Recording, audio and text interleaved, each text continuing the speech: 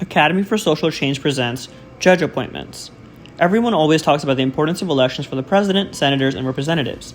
It makes sense. They're big players in the executive and legislative branches after all. But what about the judicial branch? Judges make incredibly important decisions that affect all our lives, and they often hold their positions for much longer than other government officials. So how do people get these powerful jobs?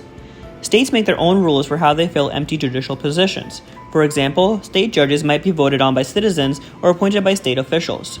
Meanwhile, federal judges never run for office, but are instead nominated and then confirmed to their position.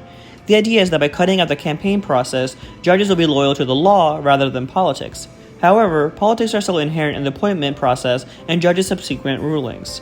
Federal judges and the Supreme Court justices are nominated by the president and confirmed by a trial in the Senate. State judge appointments vary widely, but many states use governor appointments, merit selections by committee, partisan elections, or nonpartisan elections to fill position vacancies. The federal appointment process is fairly complicated. When there is a position vacancy, the executive branch puts together a list of potential candidates. The president receives input from the senators of the state with the vacancy.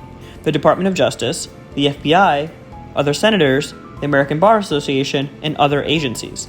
This investigative period scrutinizes the professional and personal lives of the potential nominees. Next, the Senate Judiciary Committee reviews the candidates and formally confirms the nomination of one individual. Once they have been nominated, the entire Senate votes on the appointment. If the majority votes yes, the individual can officially take their seat. While the Constitution lays out precise requirements for serving as a senator or representative and the president, it doesn't mention any guidelines for selecting judges. Article 3 only states that the ideal justice is of good moral character. However, federal justices have historically been selected based on some key criteria. For one, they must have extensive law and government experience. A degree from an elite university is more common than not, especially for more powerful judicial seats like the Supreme Court. Also, nominees typically have a record that aligns with the political ideology of the president, particularly on contentious issues. Lastly, in recent years, there has been an increased push to consider gender and racial diversity in judicial appointments, given that the vast majority of sitting judges are male and an even greater number are white. State court nominations lack the consistency of federal ones since individual states decide on their own how judges are selected. 4 of the most popular selection methods are appointment, merit selection by committee, partisan elections, and nonpartisan elections. Nomination by appointment is the most similar to the federal selection process. Usually the state governor makes the appointment based on recommendations from the state judicial council. Meanwhile, merit selections are similar to the federal process if it was just the investigative period followed by a committee vote.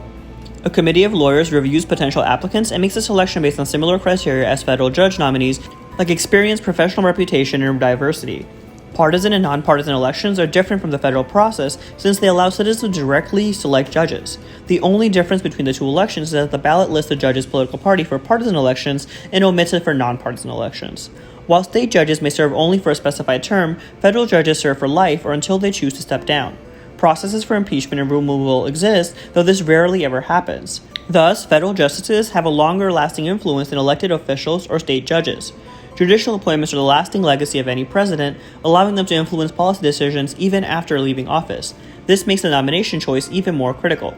The judicial branch has the power to check the other branches. If the executive or legislative branches makes an unconstitutional law, the court can hold them accountable.